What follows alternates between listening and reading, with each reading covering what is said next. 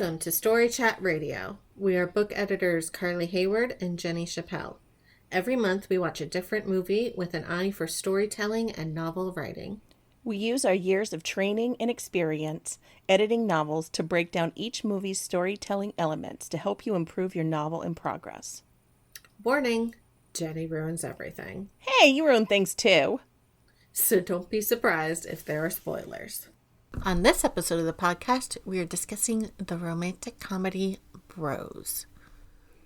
Okay, so here come the spoilers. In New York City, like the most romantic city in the world, maybe? Maybe? Paris. You would think so based on rom-coms? Bobby Lieber is a podcast host and a curator for the upcoming National LGBTQ+ History Museum. At a nightclub, Bobby, who prides himself on being single, spots Aaron Shepard. They flirt, but Aaron doesn't seem interested. Despite that, they spend some time together, but their connection doesn't really seem all that strong. Bobby feels like Aaron acts too straight, and Aaron thinks Bobby is too intense, and is also intimidated by his clout in the gay community. Aaron later discovers that his high school crush, Josh, has come out as gay. Aaron confides to Bobby that his dream was to be a chocolatier, but he thought it was unachievable and never pursued it. Bobby invites Aaron to a trip where Aaron helps him secure a large donation to the struggling museum. Bobby is super impressed, and the two grow closer romantically. Bobby opens up about having to tone down his flamboyant behavior to make others comfortable. Bobby and Aaron date for several months, and Aaron integrates into Bobby's group of friends. At a Christmas party, Josh arrives, and Aaron asks Bobby if they can have a threesome. Bobby agrees, but regrets it when it brings up a lot of his insecurities.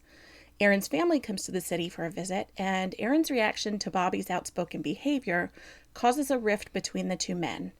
Aaron sort of hooks up with Josh again, and they break up. In the time they spend apart, Bobby admits to his coworkers that he's struggling with some identity issues of his own and that he knows he can be a lot. Meanwhile, Aaron quits his job to make freaking adorable chocolates and gives all the proceeds to the museum. And in the meantime, they both miss each other. So on the opening night of the museum, a large crowd turns out. After talking to his friend, Bobby decides to text Aaron. Aaron receives the text and is encouraged by his brother to go after the person he loves, arriving just as Bobby begins his speech. When he sees Aaron, he proceeds to sing a song he wrote about their relationship, inspired by the music of Garth Brooks, which is Aaron's favorite singer. When the song ends, Bobby and Aaron kiss to applause from the crowd. 3 months later, Aaron's mother brings her second grade class to the museum, and Bobby and Aaron are still dating. Carly, what did you think of this movie? I really, really liked it.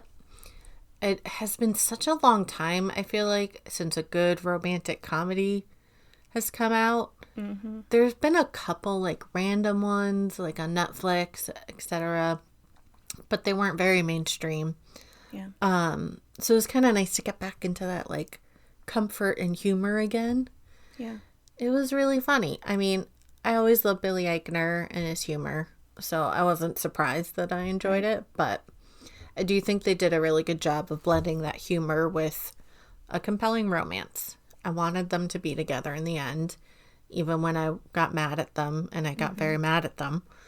And I think it did touch on some intense topics as well. I loved the conversations he had about the museum and what it would mean to him and what he is and his colleagues wanted to showcase and why. I really loved his whole big, speech that he gives to Aaron about why he is the way he is and his outspoken behavior and things like that. I really only have compliments. I enjoyed it. I laughed. I cried. I had a smile on my face at the end, which is honestly the best reaction you can have to a romantic comedy. That's true. What about you? Yeah, so I feel like that about romantic comedies too. Like, where did they all go? Yeah. I hope we see more of them again soon. Like, I miss them. But I really, okay. One other thing about that is funny because I feel like romantic comedies are like pretty hot right now in books. So like, why not movies? Anyway. I feel like it's about to happen. I would hope be my so. guess. I'd like to see that. Anyway, that is not what this episode of the podcast is about. So yeah, I really liked the movie too. Basically, all of what you said. I liked some of the meta moments, kind of drawing comparisons to When Harry Met Sally, because I think as much as that movie was about what men and women were like in relationships in the 90s, this is a movie like that for gay men now. I'm sure it relies a lot on a lot of stereotypes and cliches, just like When Harry Met Sally did. Yeah. But overall, I think it's a great rom-com. I do have to say, though, as much as I love Billy Eichner, and I do, I wasn't really feeling the chemistry between the two actors. That's fair. It's totally maybe just a me thing. It wasn't that I thought either one wasn't doing a good job in the role. I feel like they just never quite had that spark for me. Yeah. But I agree that the writing was smart and funny. The movie addresses a lot of things that just wouldn't apply in a standard heteronormative rom-com, which I really appreciate. And I thought it did a really good job of incorporating the elements that the characters were struggling with in their daily lives and in the romance. Yes, I agree. Like all of it was very woven together, which I really liked. It was very good at that. I also liked, like you were saying, with the meta moments, like when he did the run to the museum at the end. I was like, he's doing the run. Right, exactly. And stuff like that. It was really nice. Yeah, it was definitely like, I think both kind of an homage and also kind of calling out rom-coms on some of their ridiculousness. Exactly. Yeah, and some of the humor that's in it, like I think if I were to rewatch it, I would pick up on things that I missed the first time. Because some of it is like super over the top, but then some of it is really subtle. And there are some like visual stuff and kind of all of that. So yeah, I thought it was a really good movie.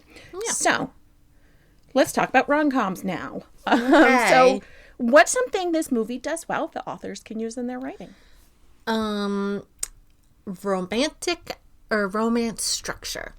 Yeah. So everyone kind of talks about this. Romance is one of those genres that has a lot of conventions that really should not be messed with. And if you do mess with them, you have to do it with intention. Hey, that's our favorite word. I said our favorite word. Intention. And you can only do that with intention if you know the conventions first. So anyway, romance structure or romance beats are very unique and singular to this genre. And honestly, they're a perfect formula for making the romantic journey compelling. Right. But most importantly, they make the relationship feel earned. And that is honestly the most important thing in a romance novel. The characters need to earn the relationship. They need to work for it and struggle for it. And in order to do that, certain moments need to occur in a certain order. We've talked about it a lot before, but romance deals with characters and their lie really well. Right. And that is how they earn the relationship. They grapple with their lie and overcome it in order to be worthy of the other love interest.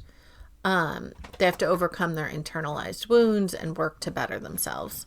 So romance novels are really excellent at those internal journeys and how they reflect the external journeys, which is kind of what Jenny was saying of it, like weaving everything together really well.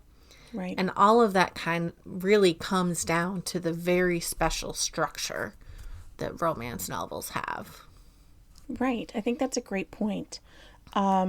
So before we get into all the specifics of that, I really want to make a distinction between full novels in the romance genre and then having a romance subplot in a book of another genre. Yes. So when you're writing these, there are some similarities in terms of the structure, but it's important to make sure you're aware of those differences as well. So I think the biggest difference is going to be the focus of the main plot. In a romance novel, the main plot is always about the characters' relationship. They'll each have their own things going on, but it's always going to come back to how they overcome the obstacles that are keeping them from getting and staying together as a couple. So in like old school romances, they often didn't really get together until the very end. But in more modern romance books, whether they are actually contemporary romances or not, the characters will often get together sooner than that. But there will be things that keep them apart from like fully committing to each other. So in this movie, like Bobby has his own internal and external obstacles, and so does Aaron. They're both struggling with their careers, like albeit for different reasons. Bobby has achieved a fair amount of success, but realizes he's had to sacrifice some aspects of his personal life to get here. And Aaron is in a career he really doesn't like because of internalized homophobia, honestly. So while we see each of these storylines throughout the movie, they aren't the focus of the story. Those storylines are braided and woven into the romance plot. So if the romance is a subplot, that's going to be the other way around. The main plot will focus on other elements. So like if this movie were a different movie and the romance was a subplot, the main elements might be their jobs and how they're, coming to terms with those things. And then the romance will weave into that main conflict. So that big difference in focus of the main plot, like the focus on the main plot, is going to lead to some other differences in the structure of the story. So the pacing of the plot points may vary. Sometimes with a romance subplot, for example, the love interest may not be introduced until quite late in the story. Another big difference is that a romance novel always ends with the main characters together as a couple. It truly is a rule in romance that if the couple isn't together with the idea that they are going to stay together, the story isn't really a romance. Some people feel like that needs to go so far as like they are getting married by the end of the book, or at least we see that there's a proposal. Some people take that so far as like they need to be having a baby in, like the final scene. We need to at least find out there's going to be a pregnancy. I feel like both of those things are a little bit old school. Like they are. Now they just need to be together. Yes. And again, so there's this idea of either happily ever after or happy for now. Happily ever after is more of that like traditional, they're going to get married kind of thing. And then a happy for now is more like we see that they are together, they're happy, and that they are probably going to stay together and be happy. Yeah. But, we can kind of make that jump as the reader, but it's not necessarily as cemented as like marriage is. Yes. So you can have either one, but you have to have the couple together at the end. And we have to get the idea that they're going to stay together. There is some pushback about that even within the romance community, but as it stands right now, that's the rule. I didn't make it, so don't yell at me. But it is the rule. With a romantic subplot, the relationship may not end with the characters together at all, or they might be together, but the reader knows it won't last forever, or kind of any number of other possibilities. So yeah, we've mentioned this before on other episodes, but it's important to know what you're writing so you can meet the standards of the genre and the age category. Yeah. And I feel like usually we're like, you can bend the rules. A lot of these aren't rules they're definitely not rules you can break. There's some that you can bend. Yeah. But in this genre, really try not to fully break down or break them. I mean, especially like ending with the two characters together. Yeah, please don't break that rule. You can, but you're going to have especially in traditional publishing, you're going to have a hard time selling that as a romance. It can be another genre with a romantic subplot, but it's gonna be really hard to push as a romance if they don't end together. Yeah, you will very much anger a lot of romance readers, and they are prolific and vocal. It's true. Okay. Anyway, so let's start to break down the actual structure. So as always, we start with Act 1 because obviously it is the first, and that definitely didn't need to be said at all. Anyway, you want to start by introducing the main character or the MC and the love interest. Even if you have a dual or multi-POV romance, even if it's like a poly romance, any of that, you're still going to have one character that has like main character energy. They'll be the one that kind of gets the most attention and the romance seems to circle around them. So in this movie, Bobby is clearly the main character and Aaron is the love interest. Yeah. So we start the book with, you want to start the book with the main character's POV or point of view for the most part. And you want to show their everyday life. This is setting the stage and getting us introduced to and invested in the characters. This is so important because a romance is only really about the characters. You need to like them to like the romance.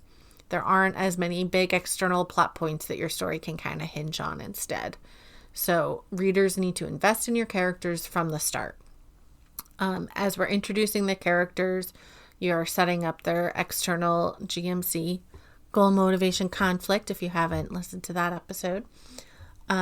What is missing in their lives, or what are their goals for themselves. And we see this in the movie with Bobby, who wants to basically open the museum. His goal is clearly to make a difference in the world and show the importance of his own history and the LGBTQ plus history. This also hints at his internal GMC. The museum is so important to him because of how his whole life he has been held back, looked over, or told to be less than who he was. Right. And this is the next step, which is hinting at the internal GMC. You want to establish the external GMC for both characters and hint at the internal GMC. So for Aaron, it's kind of his general ennui, his dissatisfaction. Fancy. I'm so fancy. We're using fancy words. Yes. I like ennui, though. It's It one is of a my good favorite words. I use it a lot because I am all about ennui. Anyway, it's all about his dissatisfaction with his life. He's stuck in a job he truly hates. And then the next part of the structure is our meet cute, which I am sure you have all heard that term. It's an often humorous and awkward meeting where the characters are thrown together. If they already know each other, this is usually when they're forced to be around each other more or to like grapple with their feelings for each other, their general relationship. I lost my place. Anyway, so for Bobby and Aaron, they meet in a club, and it is very awkward. So awkward. It's so oh my awkward. gosh. It's like the epitome of awkward. Bobby basically Really? tells Aaron, he's like, I heard that, or my friend said you're boring. And like, oh, hey, he immediately pokes at Aaron's emotional wound. How about that? Happy meet cute. Happy meet cute. It's super awkward. From there, we get to the no way number one, which I find really hard to say. No way Right. one. This is the next part of your structure. So this is the reason or multiple reasons that the main characters think they can't fall in love with each other. It can be a big external obstacle, but it also should be tied to the internal obstacles, if not entirely based on the internal obstacles. So Aaron thinks that Bobby thinks he's boring, and Bobby thinks that he isn't Aaron's type since, he sleeps with hotter guys. In this movie, it comes at the very end of our meet cute when Bobby wants to go home with Aaron, but Aaron chooses to go to the married couple's place, who are very hot, instead of spending more time with Bobby. This sets up the romance arc. And then from there, you get the first plot point, or like the turning point. It's the climax of the first act. They can't turn back now. Right. Basically, this plot point really defines the character's romantic arc.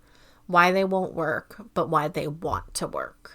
Right. It defines where they are going, and we know that there is no going back from here. So in this movie, Bobby and Aaron go on their kind of first date, but it ends poorly. Bobby is being too intense for Aaron. Aaron is being too straight for Bobby.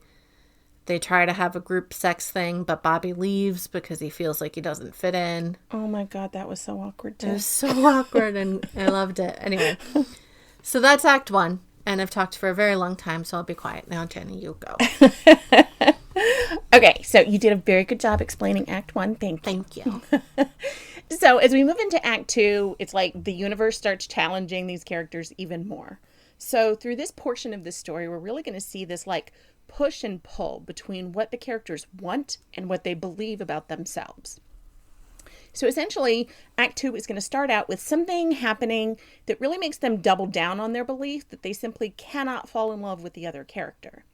In this movie, we actually see that come through in a conversation between Bobby and his friend, where Bobby literally tries to convince her that the new relationship will never work. She's like, oh, this sounds great for all these reasons. And he just really point by point goes like, here's why it won't. And then Aaron struggles with really comparing himself and his comfortability with his sexual identity. This is in the scene where they are at Bobby's work function, and he kind of shows him the beginnings of the museum, and it's all very intimidating for him. They still continue to spend more time together, and back to structure, spending that time together really begins to kind of attack the character's false beliefs.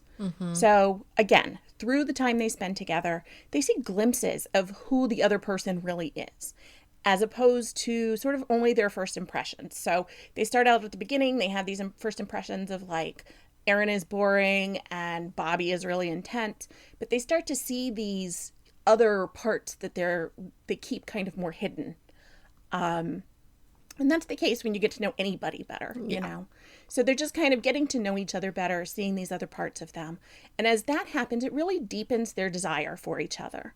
And eventually that's going to bring us to the midpoint where they really start to believe it can all work out despite their differences. So in the movie, this is when they go out of town together. And Aaron shows Bobby this whole other side of himself. Bobby confesses about his own internal obstacles. That conversation Carly was mentioning at the beginning about, how he's had to like basically learn to make himself small for other people. Yeah. And then they reach new levels in their intimacy. Unfortunately for the couple, both in the movie and in the story, the romance you're writing, it can't last forever. And the midpoint proves to be a false high. So again, during this portion, we want to see that push and pull between wanting something more, but knowing it means they have to be willing to do some work on their own perceptions and face things they'd really rather not face. If you think of this as being like a plot graph with like the wavy lines, you want the conflict and tension, which is what the wavy line represents, to reflect that push and pull. So it would show these peaks of tension during the parts where the characters are doubting themselves, and then have these little valleys where the characters are happy and thinking maybe it can work out. But overall, you want to see it like the tension rising through the whole story, at least until you get up to the climax part. So then another thing I want to note is that the as I mentioned before, like we're still really only talking about like the romance plot here with all of these beats. So you will have these other storylines that are woven in. So like as this stuff is happening, we're still seeing what's happening, with their jobs, with their friends, like all of those things are still woven in as well. Right. All right. So from there we get to Act 2B, or as I like to call it, Act 3, and then I call Act 3 Act 4. But hey, who am I to change ridiculous terms that have been taught in school for a very long time? So Act 2B is all about life reinforcing their doubts. Life is going to keep showing them that things aren't going to work out. But at the beginning of this act, they really persevere through it. This shows up at like the holiday party that they throw where Aaron's old high school crush shows up, Josh, and they have another group sex thing. This Which really is also very awkward. It's so awkward, but in a funny way. This happens because both of their insecurities and their internalized conflicts are there. So Bobby agrees to it, but he regrets it. They're pushing through their differences. They're trying to persevere through these problems that are kind of cropping up. So because they're pushing through their differences, life throws more at them to poke at those insecurities. because we can't let them be happy yet. You don't want to Right. let them be happy yet. They haven't earned it or worked through their internal GMC, so they're not ready yet. They haven't faced their lie yet. So enter Aaron's family. The characters at this point are going to lay it kind of all on the line and say what they really feel just before everything they feared actually happens. This is the big moment of honesty. What are they scared of and what can they confess to each other? Bobby thinks that he isn't Aaron's type, and Aaron grapples with his own identity and what being gay means to him. And then Bobby meets Aaron's family, and this is perfectly executed to poke at both of their wounds. Right. Bobby cares so much about his LGBTQ plus history and what it means to people. He wants to meet the parents and fully be himself. And Aaron says the worst thing ever. He tells him to be less of himself. Oh, broke my heart. It broke my heart. Aaron does this because he's still grappling with his identity and who he is and his internalized misogyny or homophobia. Yeah. So we're stabbing at both of those wounds because their GMCs conflict with each other. Because of this moment of honesty and the poking of their wounds, your character's doubts will come back even stronger. And they believe that they cannot overcome them now, and often they break up. This is the point where they're like, there is no way. I can't. Well, we'll get to the no way, but this is like, we can't do it. It's done. Enter the darkest moment, or the dark night of the soul, or the all is lost moment. Pick your favorite. This moment bridges the gap between Acts 2B and Act 3. This is where all seems lost. They've broken up and can't push through their differences. The characters believe there's no hope. Bobby and Aaron have a big fight, where they say very hurtful things to each other. And worst of all, when Bobby chases after Aaron, he finds him kissing his high school crush, Josh. This is everything Bobby feared, and Aaron saw everything he feared most when Bobby was like fully out and proud with his parents. They both see their wounds basically expressed in each other. Each character perfectly represents everything they're afraid of and why they can't be together. Right. And this is the point where, like, the reader is going to feel super sad about the whole thing, and they're going to kind of hate both characters for, like, breaking the other one a little bit.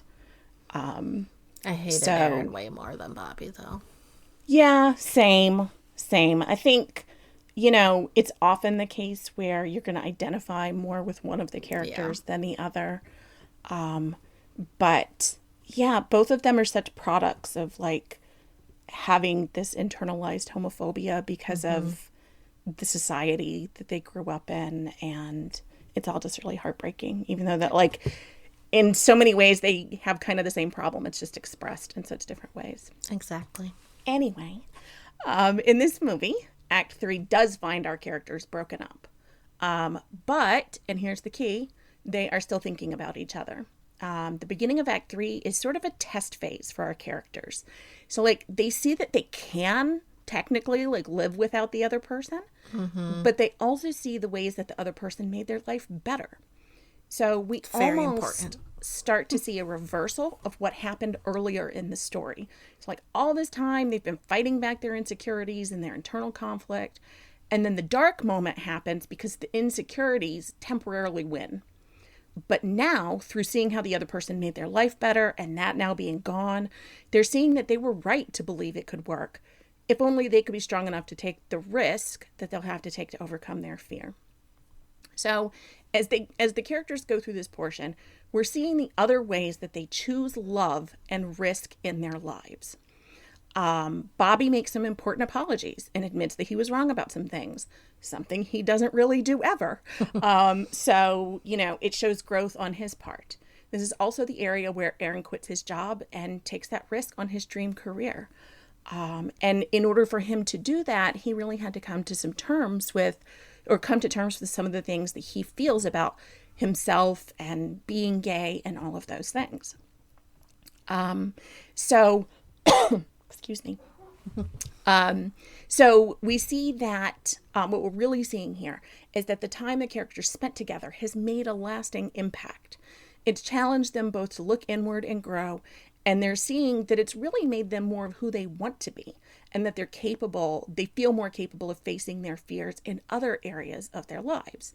And so that feeling builds momentum in the until the character has the courage to try to make amends with the other character. Mm-hmm. So again, like the dark moment is not always a breakup. Sometimes it's just like a big argument, or there is some kind of big external element that's keeping them apart. But in this portion of Act 3, this is where we're going to see that they are willing to take the chance to overcome whatever it is that's keeping them apart. So, that is where we're going to get like the grand gesture and some of the greatest moments in romance history. So like showing up at the airport just before the plane takes off to admit their love, or like holding up the boombox outside the window, which by the way, I said that one time to my child and they were like, They didn't get it. What is a boombox? No. You just say boombox?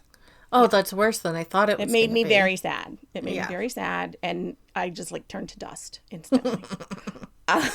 Or like walking through the moors in the rain to profess your love.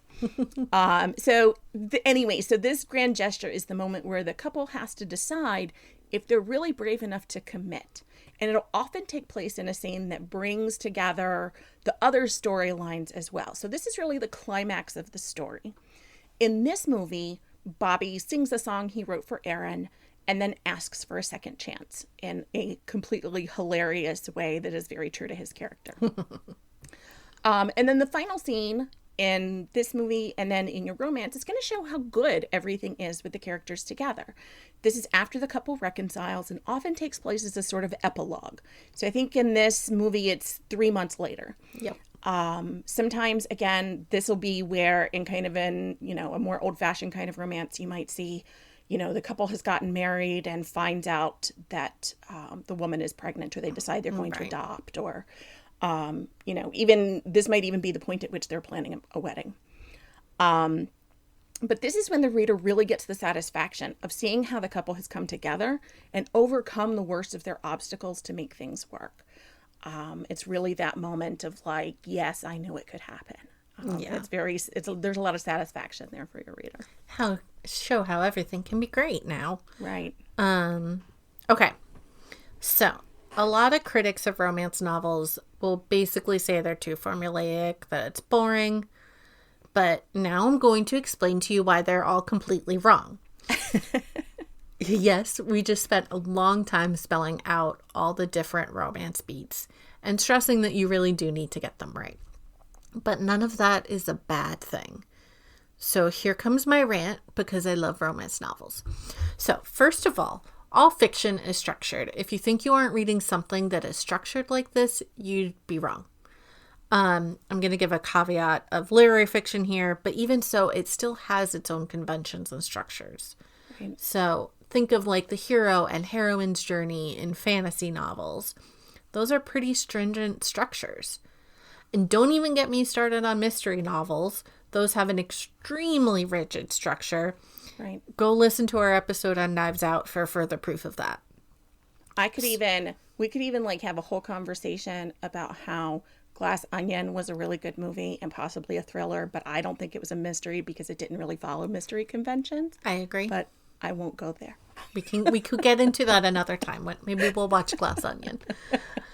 All right. So my point is, stories are about the journey, not the ending, which I know is a very cliche thing, but I am very, very rarely surprised by an ending. Same. In any sort of story or movie or anything. And that's okay. And it's even good because the ending isn't what is important. It's everything that comes before it.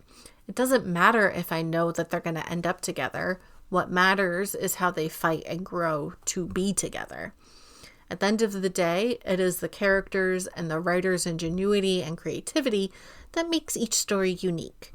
There are infinite ways of approaching each plot point because this is a framework. It's a structure. It's not telling you what is exactly happening. There's so many ways to work within this framework. And also, because romance is so structured, it is even harder to write because you have to get all of these plot points just right. So it isn't an easy genre, quote unquote, because of the formula. It's more difficult. Okay, and I have ended my rant. I feel like I can hear the cheers of romance readers and writers saying, "Go Carly."